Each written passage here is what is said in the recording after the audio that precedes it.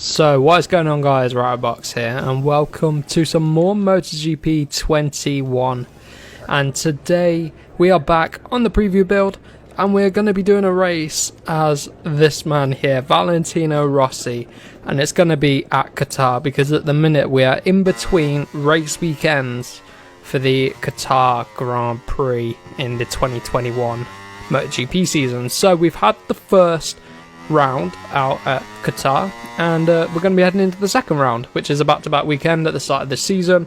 And I tell you what, it was a pretty interesting race, I'm not going to lie. It was a fantastic start to the season. So yeah, not so much for this man here, Valentino Rossi, but we'll get into that a little bit later on. So today's video is going to be a mixture of talking about the gameplay, this race, and then also the real life GP, and looking ahead to the second round in the championship, which is the Doha Grand Prix. So then, in terms of this gameplay, we're going to be starting on the second row of the grid, and we're going to be fighting our way, seeing if we can pick up our first win on MotoGP 21 on the preview build. I'm yet to win a race on this preview build. So yeah, I mean, we've had a podium I believe already, or a few podiums, but I'm yet to take the win. So yeah, keep an eye out on the channel as well. There'll be a few more races. We're going to be trying out the KTM. We're going to be doing races with Marc Marquez and then someone else, I can't remember. But there you go, that'll be a surprise. It might be Mir. But here we go then. We're going to be doing a mixture of onboard cameras, so the usual chase cam, and also the TV style replay cam. So there's going to be a mixture of views in this race. But here we go, we're gearing up for the lights to go out in the middle of the second row, and we're just behind Fabio Quartararo. Yamaha making a pretty good start. Quartararo getting a good start as well, and Mir jumping into the lead. We're getting the jump on Pol Espargaro and Miller. Obviously that Ducati is a lot quicker in real life. You saw them launch at the start of the Qatar Grand Prix last weekend. So yeah, obviously that'll probably get fixed for when the full game releases. But there you go, Miller getting straight back ahead of us, and I don't know where Bagnaia is. He must be outside the top 10. But anyway, a little bit of contact with Miller, but you know, we need to try and get into the podium positions as quickly as possible and start hunting down the front two if we want to have any sort of chance at taking the win here. So as I've said before, I've struggled with braking and the front brake in particular, but it wasn't too bad at Qatar. At this point of playing the preview build, I was getting used to it and really starting to understand how the physics work. But we've lost out a little bit at the start. I mean, we have gained a position, but we were ahead of Miller and he got back past us pretty quickly, and we're being hunted down right now by Pol Espargaro on the Honda coming up the inside, and two people are down there. I think that was Vinales behind us that just went down, but it was also Quartararo ahead that hit the deck, just the front end folding from underneath of one. But it's Mir that leads, and look at us, you see what I mean, with the front end just getting all out of shape, and now Pol Espargaro really on the back of us, and he's going to get it up the inside into turn 14. We're going to try it around the outside,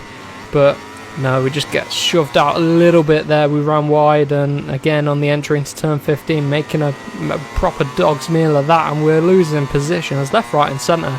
Getting back alongside Marc Marquez into the final corner, out wide at turn 16. Mir really did pay in the real life GP for running wide at that final corner, didn't he? That really did cost him, and that was really unfortunate for Mir. I mean, he rode a really good race, just sort of a dark horse out of nowhere, and he could have got P2, but those Ducatis are so quick. Did you see them all at the start? The four Ducati GP21s, they all launched, didn't they? The Primax and the two factory bikes, they just, when the lights went, they were gone. It's like a rocket ship this season. So yeah, the four Ducatis hit the front in that race, and I tell you what, I thought we were going to be waving goodbye to the Ducatis, but the bike's a lot less agile than the Yamaha, and it's I think on its rear tyre as well, obviously all that power going through the rear tyre, I think it just burnt it out. And Bagnaia was saying after the race, he had no grip in that rear tyre, and a few other riders suffered with that. Morbidelli, he seemed to have some sort of problem I think it was a rear tyre related issue, but Rossi also said after the race that he just couldn't manage the rear tyre.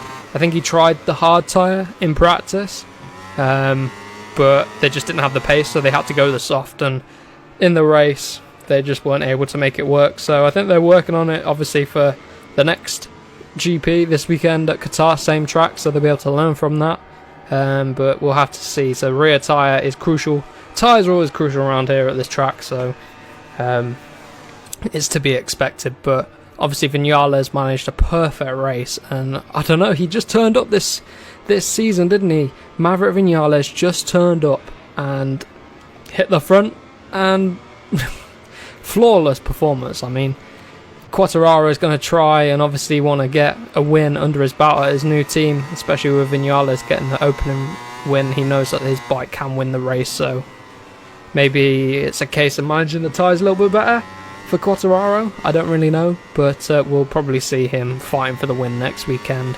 But anyway, back to this race. I've just been trying to recover from that opening round, and Paul Espargaro hitting the deck, gifting us another position, P4 now, for Valentino Rossi in this race, and we are about 1.2 seconds behind Rins on the Suzuki, and I'm just trying to close down the gap if we can. You can see we're on a really good lap at the minute. Top right, that green 1.7 seconds, 1.8 now, 1.9. It's against your personal best lap time, so we are over 2 seconds under our personal best, so we've really hooked it together, ending the lap to start lap number 4, personal best 54.158, and we've closed down Rins down to just half a second. So I'm just after that opening few laps where we made a few mistakes, dropped back the positions. I'm just trying to claw back at Rins, and obviously we're trying to get the win. I mean, it is probably a big ask from here, but if we can get another podium, that would be great. But it is Mir leading the way from Jack Miller and then Rins, and we are just behind Rins. And you know, in about a lap's time, maybe less than a lap's time, maybe even to turn number 1 on the next lap, we might be able to challenge Rins for that third podium position there. We'll see. We're gearing up for it. But yeah, pretty solid race so far. Just the start, a bit shaky, getting into the rhythm of the race, but Rins now pulling away down this straight. But here we go then in the slipstream, took right in another personal best, another 54.1 from us, so very much the quickest rider on track at the minute, and we're just behind Rins. He's got back at us into turn number 1, but we're going to stick with him. He's fighting well. The AI are strong. They're very strong on this preview build. I know the AI aren't final, so they're going to be worked on. They're very, very strong for the difficulty level, and they have really good acceleration out the corners. And here we go, up the inside of Rins, not quite able to make it work, but we're going to ride on board with him. Come on, Rossi, let's get him. Not far off of him. It's going to be a matter of corners. We're on the outside, and look at the front end. See what I mean by the braking? The braking physics there is just the front brake. If you just snap it too hard, you're going to get unstable like that, and that really did cost us. But again, into that corner, just snapping the front end, and we're lucky to stay on, to be honest. But we're sticking with Rins. We're trying to get with him, and you can tell we're pushing. I mean, look at that, running wide there through the mid part of this lap, and we're going to be coming on to the final lap now. And I think in that lap we made a few mistakes. You can tell we're 1.5 seconds off our personal best, and here you go into turn number 1. The tyres, obviously. Oh, we haven't got tyre wear on in this race. I found the tyre wear in the preview build a bit odd. The tyres seem to wear out way too quickly, so some races I use it, some races I don't. But yeah, let's see if we can get Rins then. We're on a pretty solid first sector, 2/10 underneath of our personal best. Rins is right behind Miller, so if we can get Rins, we could potentially get Miller all in one lap. And Rins is he's getting the hurry up from us. He knows he needs to get past Miller, or else we'll get him. But we could get both of them here. I mean, Mir's probably going to win the race unless he falls off, but you never know. We've had a few crashes so far on the front end. Here we go, up the inside of Rins into turn number 7. Come on, side by side through there. Flick it into turn 8. And here, can we get Jack Miller as we change direction again? The Yamaha turns a lot better than the Ducati does. But you can see Rins, the Suzuki turns even better than this Yamaha. Look at the drive out the corner. The Suzuki just making it work. getting back at us, but we're going to flick it around to the inside, use the overspeed and up the inside, back into P3, and now we're going to be chasing down Miller through this last part of the lap. Look how well the Yamaha turns, get underneath of Miller, we shove him out wide a little bit there, and Rins actually gets back through too, and here comes Rins up our inside into turn 15, and the Ducati Jack Miller. How close is the end of this race?